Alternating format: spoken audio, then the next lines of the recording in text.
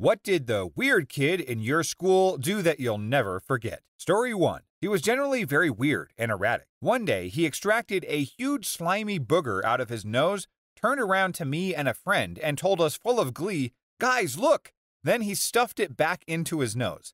One day, I asked him why he was so weird, and he told me with the straightest face, "The jester's cap affords one many liberties." So I don't know if he was just weird or maybe a secret genius. Maybe a bit of both. Story 2. This is going to sound ridiculous, but during my senior year of high school, someone took a huge, and I mean inhumanely huge, dump in one of the girls' bathroom toilets that was far too big to be flushed away. Some kid mentioned seeing it, and in no time, somehow the entire school was made aware and gathered around the bathroom trying to get a look at this monstrosity. Picture 50-plus high school kids skipping classes just to try to squeeze into a small women's room to stare in awe at an infamous dump. The crowd got so big and unruly that the administration finally caught on and banned people from that particular hallway for the rest of the day under threat of suspension. I'd like to believe that all of us were that weird kid on that day. The legendary tale of the colossal bathroom deposit. It's amazing how a single extraordinary dump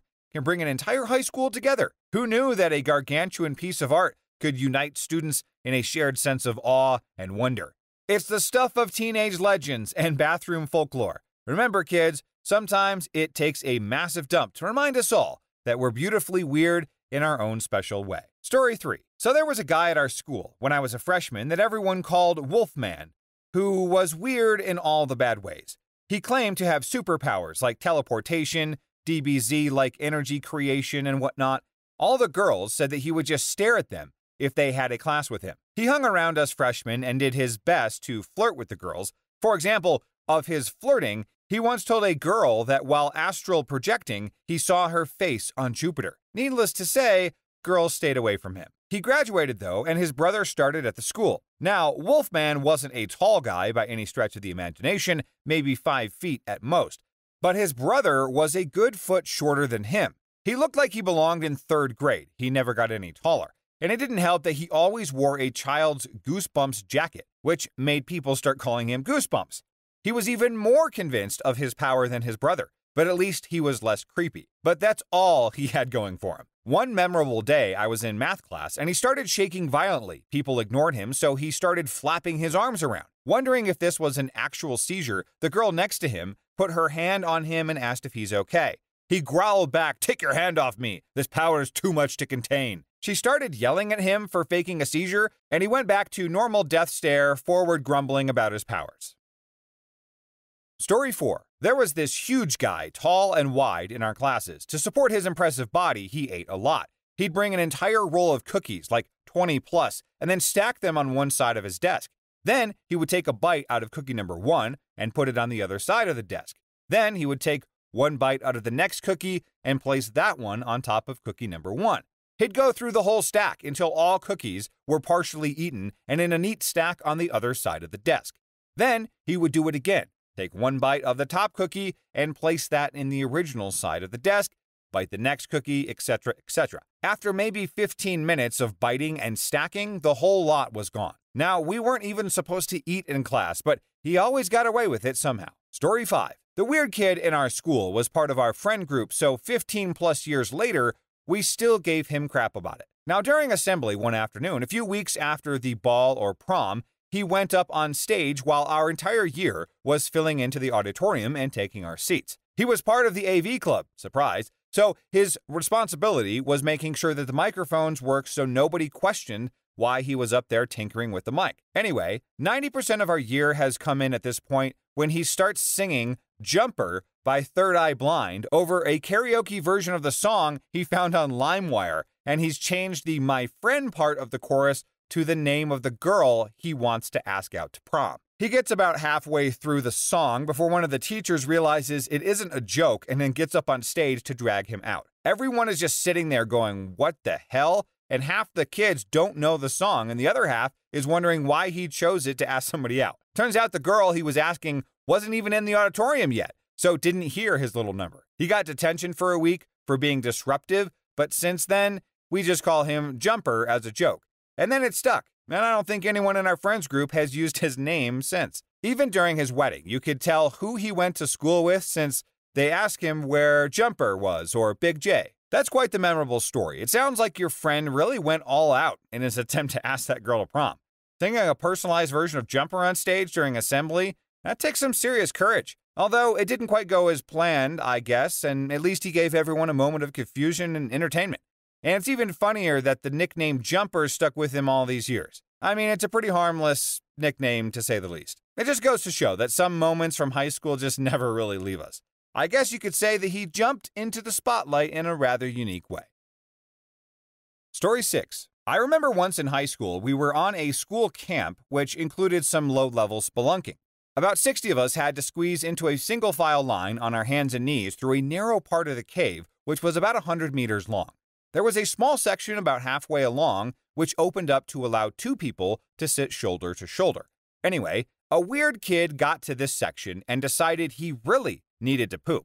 Not sure what he had been eating, but it was a runny one. He was at the front of the column, so we all had the pleasure of crawling through the mess he made, because we'd come too far to turn back. Combine that with poor lighting and poor ventilation, and we had a real mess on our hands. Story 7. There was this really mentally messed up kid I could probably write a book about.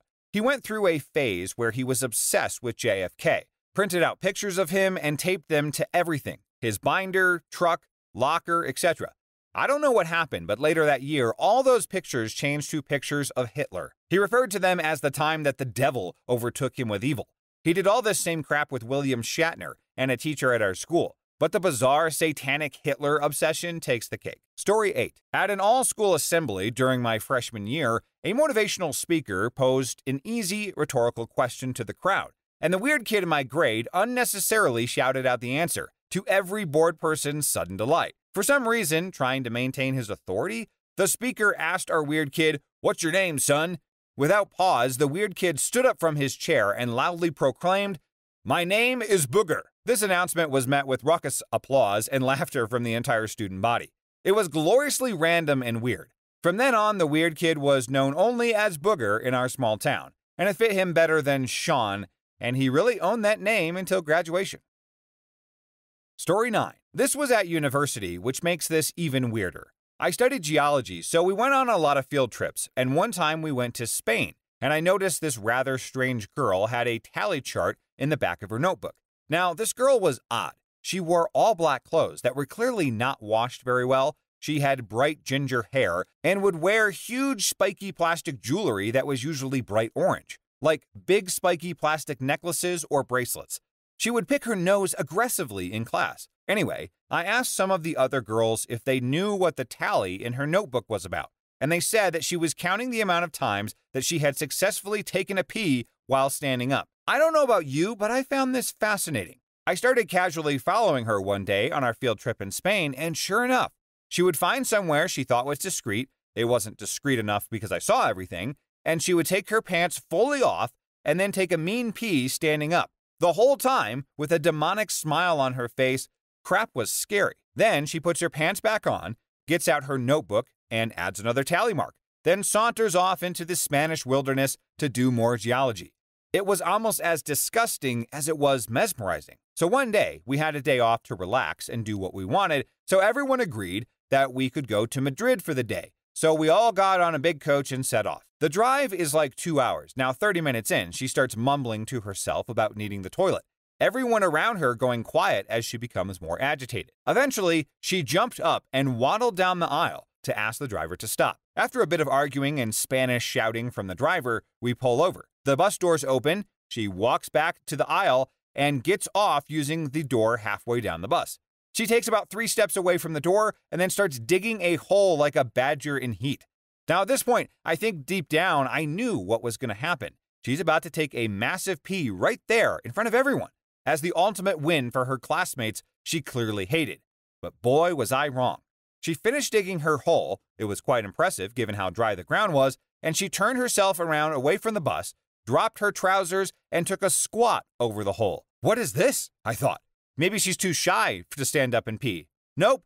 Out comes the most horrific crap from her pasty white butthole. Like gallons of it. I've never seen so much. The hole that she dug, while impressive, was not sufficient for the brown mass that spewed forth. She finished, wiped her butt with a small piece of tissue that she had in her pocket, and got back on the bus, with the same maniacal grin I saw her have with the wild pea. Everyone was silent, our professors just staring at each other, clearly thinking, what the heck just happened, Jim? Did that girl seriously just unleash a turd tsunami in front of 40 people?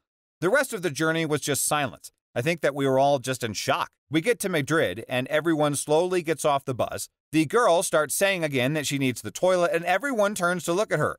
Her bright orange trousers are soaking wet, like she'd been swimming. One of the other students said, Jesus, what the hell happened?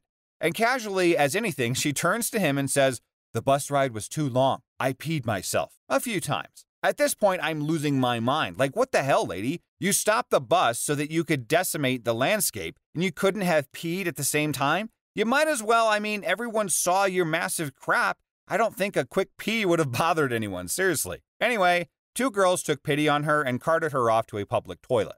And the rest of us went on to a few museums and had a great day. But it was hard to enjoy it, to be quite honest, because Madrid's Natural History Museum didn't have the same jovial atmosphere after watching a grown woman crap and pee herself. That's quite the unforgettable field trip. I guess you could say she really left her mark, quite literally, on that excursion. Like, who needs geological formations when you can witness a one-woman spectacle of bodily functions? I must admit, her dedication to keeping a tally of her unique achievements is both perplexing and strangely impressive. It's a shame her unconventional talents overshadowed the wonders of Madrid's Natural History Museum. But hey, at least she provided a captivating case study for your geological adventures, right? Now here's to hoping that your future field trips are filled with fewer surprises of the bodily kind and more rocks that don't require a tissue for examination. Story 10. All right, so this one kid got dared to put a protractor in his mouth and did it curved side first, so naturally it then got stuck. And he got sent out of the class and had to go to the school office. The same kid got dared to shoot a staple gun at himself, so he went ahead and staple gunned his arm and had to be taken to the A&E to get stitches. There were loads of other things that he did that I can't remember now, but it got to the point that if someone did something really stupid or dangerous, kids in our year began to refer to them as pulling a Hudson after him. Story 11. The year is 2009. It's my very first day of public school after being homeschooled for 10 years. I'm starting 10th grade, and I wander my way back into the cafeteria and sit at a table with my twin brother, who's virtually the only person that I know. Now at this point, I assume that I am indeed the weird kid. Suddenly, Naruto Nate, named for the way that he did the arms back sprint, and his girlfriend, Kitty Kilbert, Catgirl, tail, ears, hissing, the whole works, held hands and jumped from the second-floor library balcony all the way down onto a table in the cafeteria. They crashed straight through a folding table, which caused everyone's food to be flung in towards the center. The force of the kids sent food flying far enough that it hit other tables, which initiated a real-life food fight. I will never forget the feeling I had right there. I thought, oh my God, public school is just like the movies. Yes! Story 12. My high school was filled with messed up things. I remember one girl's older brother took himself out sometime after their mom passed, and then a weird kid straight up told her that she may as well have killed herself too. On social media, he didn't delete it, got suspended, then expelled, then charged, and then sent to another school. I think the ones for kids with mental problems. I remember eventually seeing him in college, and nothing has changed. He said that the school just became a super easy A, and he had enough time to kind of mess around. Anyways, I'm pretty sure that he's under the FBI's eye for some weird stuff. No one in our group that knows him really knows if he would have done it. Dude's a troll. Story 13. I was the weird kid and I read books and watch sci-fi and Britcoms on Saturday night on PBS. And once wore a 70s era maroon leisure suit that I found tucked into the back of my stepdad's closet to school because I could. I also freaked the F out on my teacher in home ec because we did that assignment where you have to carry around a doll or a bag of flour or an egg for a couple of weeks because you're learning what it's like to be a parent. And I flat out refused to name a father on the baby's birth certificate. And this was after my teacher had said, "You can't name your baby that." And then I disagreed. I named him Elvis after having a long private discussion with myself over whether I wanted a boy or a girl. And if I had a girl, if I should name her Evita Durete de Perón, my last name, and I ended up picking Elvis, ultimately because it actually did fit on the name goes here space on the fake birth certificate. I am not Argentinian, but I do love Broadway musicals, and Evita has always been one of my favorites. Ah, yes, the unconventional and unapologetically unique. Embracing your inner weirdness and unleashing your creativity in the most unexpected ways. From your eclectic taste in books and sci-fi to your daring fashion choices, you've certainly carved your own path. Let's not forget your rebellious spirit in home ec class, challenging the norms of baby naming with your little Elvis. Now, who needs a traditional birth certificate when you can rock the world with a touch of musical flair? This person should just keep marching to the beat of their own Broadway show tune, my friend. The world needs more colorful characters like you to keep us entertained. Story 14. This is kind of traumatic to me, so bear with me. She brought a kitten to school in a strawberry container. You know those thin plastic 4x4 containers with the holes? Yeah, that. She took me to the bathroom stall and pulled out this kitten out of her backpack and wrapped it in a jacket and in a container. It was meowing. I was shocked. She said don't tell because her grandma would beat her. So I'm like in 3rd grade and I have a moral conundrum that an 8-year-old shouldn't. Save a kitten and get my friend beat, or let her take the kitten and let her get beat anyway. So I told on her.